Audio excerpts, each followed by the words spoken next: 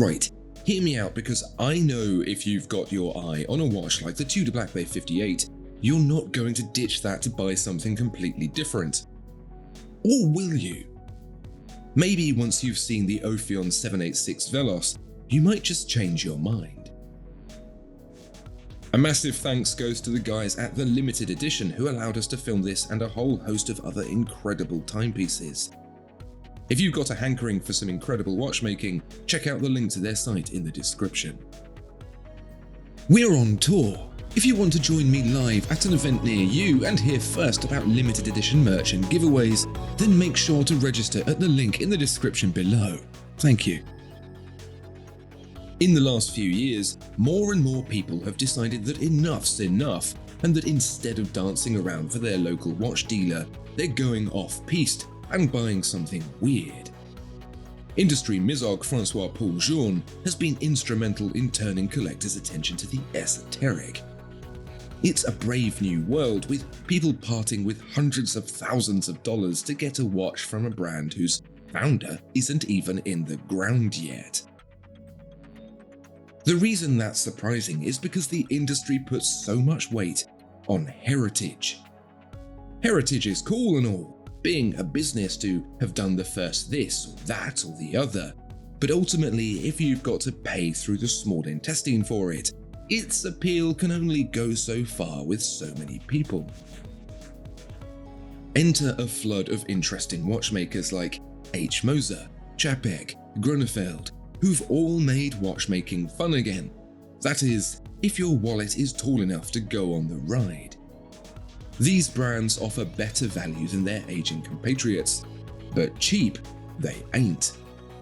So for the rest of us, we just have to revel in the second-hand joy of the Instagram collectors filling their watch boxes with the weird and wonderful.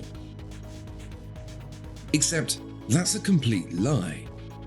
You don't need to pay BMW money for a unique, interesting watch.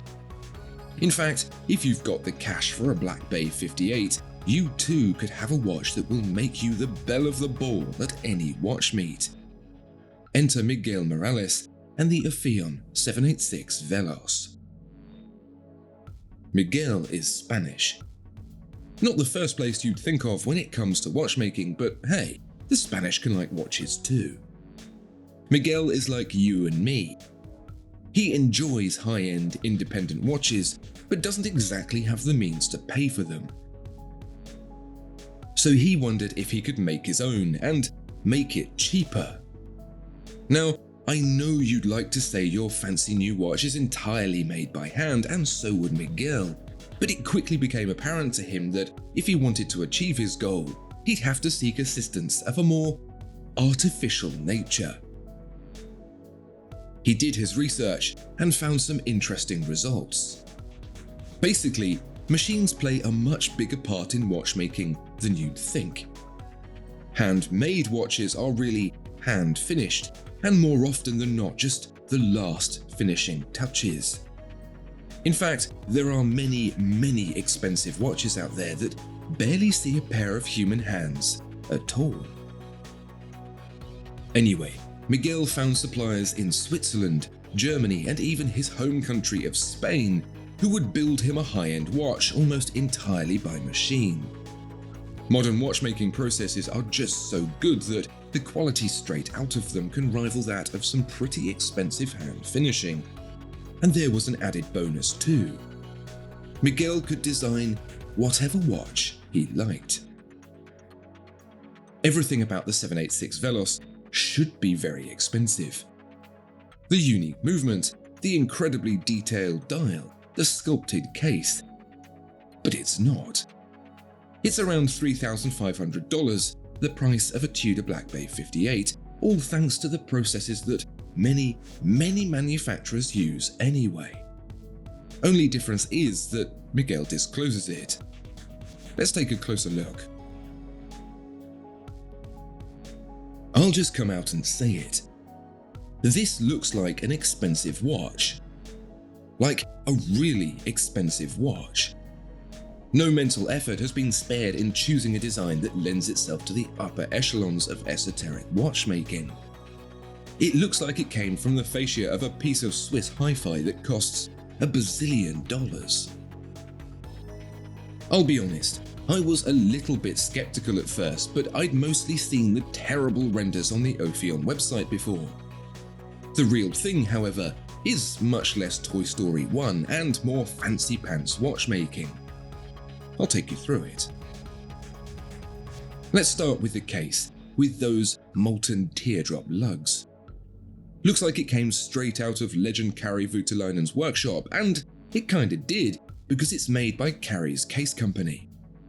Result, a watch that costs less than a Tudor that's actually had something to do with the man himself, at least via an external subsidiary that he's got a vested ownership interest in, but that at least gives you some pretty decent pub fact material right there. Onto the dial, and those with good eyesight will have already spotted that it's guilloche'd and set with applied markers and tracks. It looks absolutely unbelievable. That's modern machines for you. Only the most experienced machinists with high magnification will spot the markings here and there that give it away, and those same experts will probably be a little disappointed if they look too closely at some other big name manufacturers as well.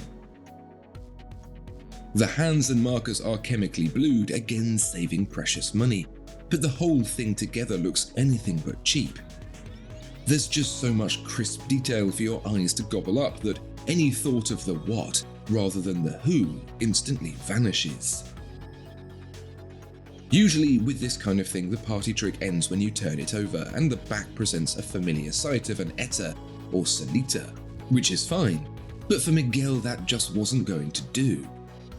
So he had this movement made, again by machine, including the finishing, that offers a 5-day power reserve in hand-wound form in the image of the same pocket watch movements that inspired Mr. Jean. Never mind all the details, it's just nice for once to be looking at something unfamiliar, and that's a rare thing at this price point. The twin barrel layout and open plates look and feel very exotic, even if the finish doesn't quite hold together with intense scrutiny. But it doesn't need to, because it costs less than a Tudor. Here's the thing, a watch like this marks a fork in the road for us buyers. In one direction is the wailing and gnashing of teeth over the loss of our precious industry to the machines. On the other is the realization that that happened a long time ago, and that with wider acceptance of that fact comes watches that are significantly cheaper, with a whole lot of punch packed in. The Ophion 786 Velos is just a teaser of what's possible when you embrace a different approach to watchmaking. It'll never replace the very high-end hand finishing stuff, because that has its own appeal, but it does mean that the rest of us no longer have to resign ourselves to drooling over pictures of stuff we can't afford. It really is an incredible time to be a watch fan. What do you think of Ophion and the 786 Velos? Do you like the idea of owning a watch that so proudly boasts its machine-made creation? Or is that too much like seeing how the sausage is made? Let me know in the comments below, and please do like and subscribe if you enjoyed the video, as it really does help.